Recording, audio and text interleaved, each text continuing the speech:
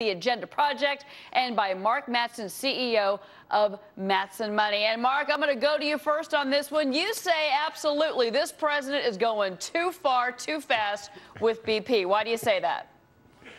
Well, when has he not overreached? I mean, here you go. It's not the president's job to tell companies what dividends they can pay or to tell them, how they should take care of these things.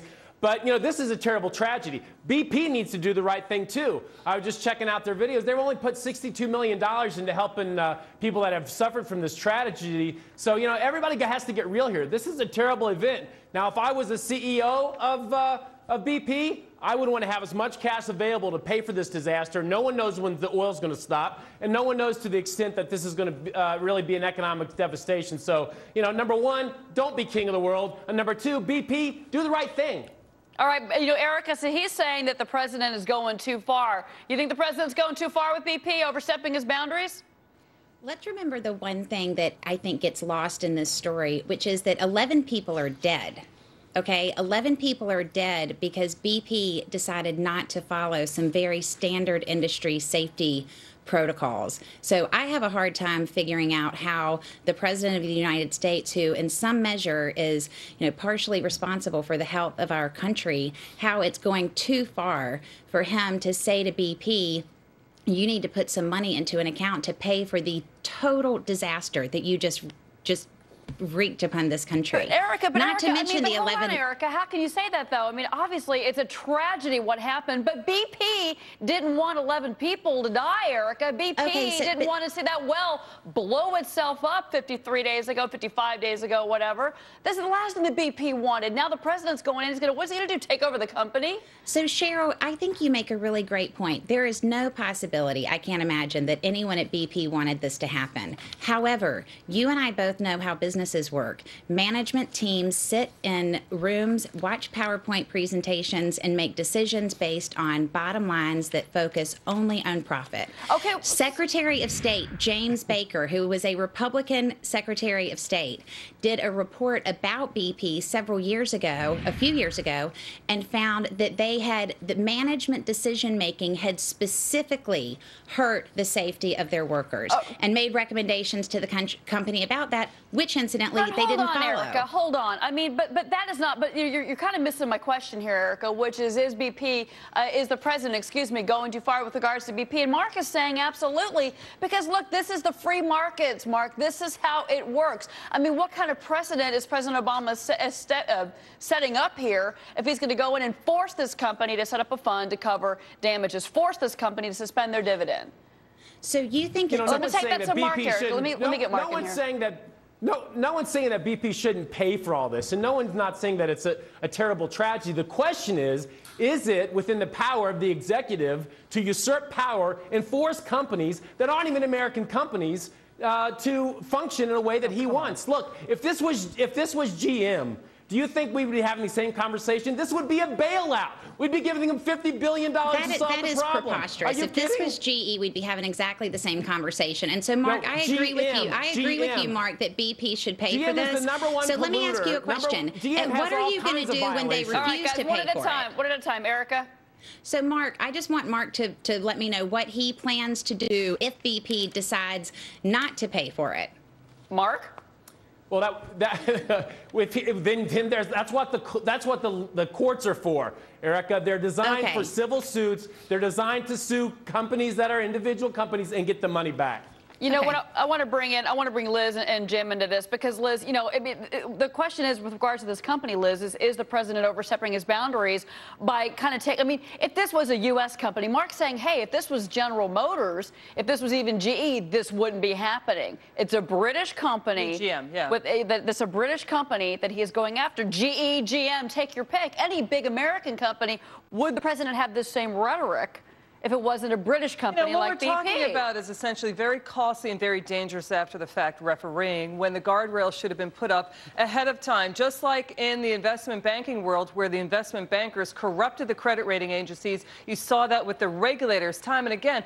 BP has one of the worst safety track records in all of the entire oil industry. They had 760 safety violations since 2007. That is a pretty bad track record here. And so what I think is going going on here is a disconnect. You have the commander and chief executive, firing the CEO of GM, seizing Fannie Mae and Freddie Mac, but allowing BP to still oversee the cleanup of this when BP has an incentive to minimize the damage because they could be fined $4,300 per barrel of leakage. So are they doing enough to, really tell the truth about what's going on? They've been minimizing it from the beginning, BP But, has. and no one is saying here, Jim, that the BP didn't make mistakes. Obviously, there were a lot of mistakes made, both on BP's side, but also on the regulatory side as well. But is it up to the president to change how we regulate oil companies like BP, or is it up to the president to go in and tell BP how to do their business, how to come up with the money, how to pay out the money? Is that the president's agenda? Well, does he have that right? Well,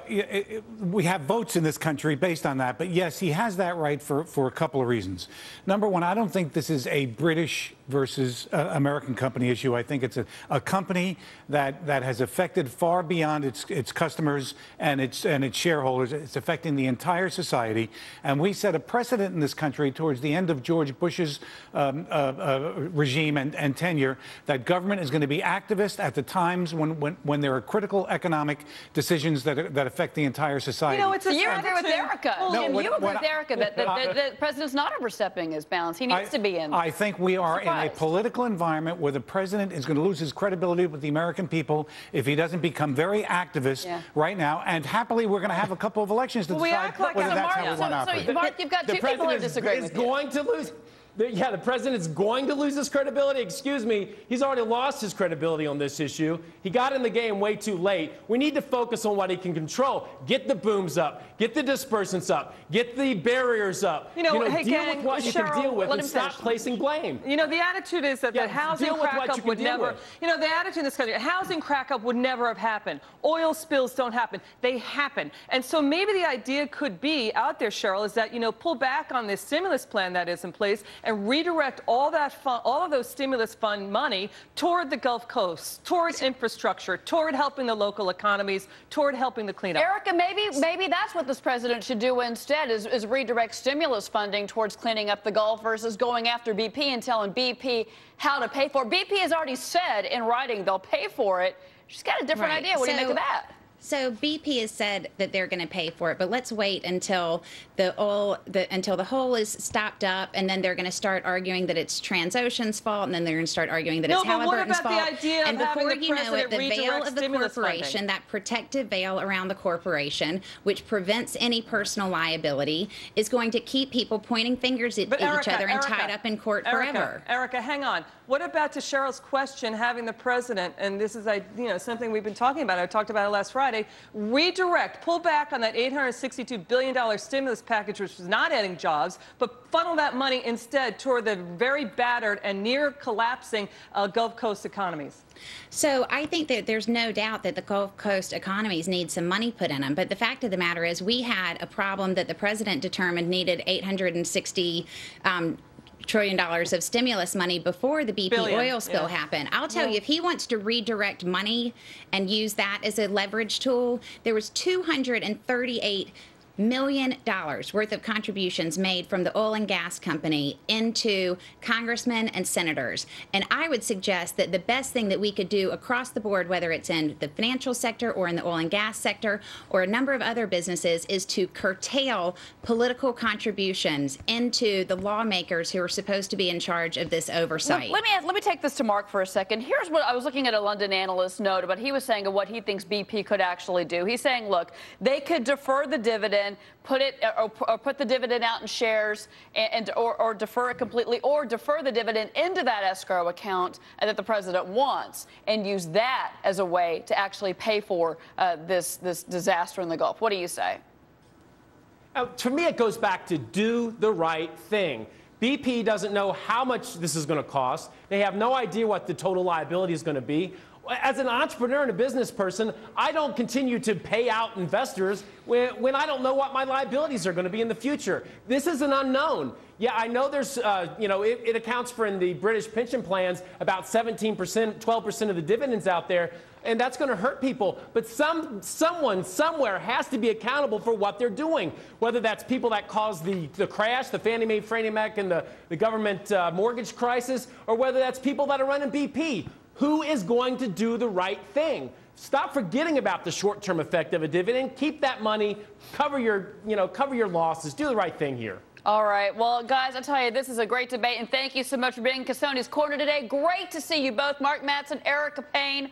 Always a pleasure. Thank you. I you. learn something every time. Thanks to both of you. Folks, coming up tomorrow at this time on this show.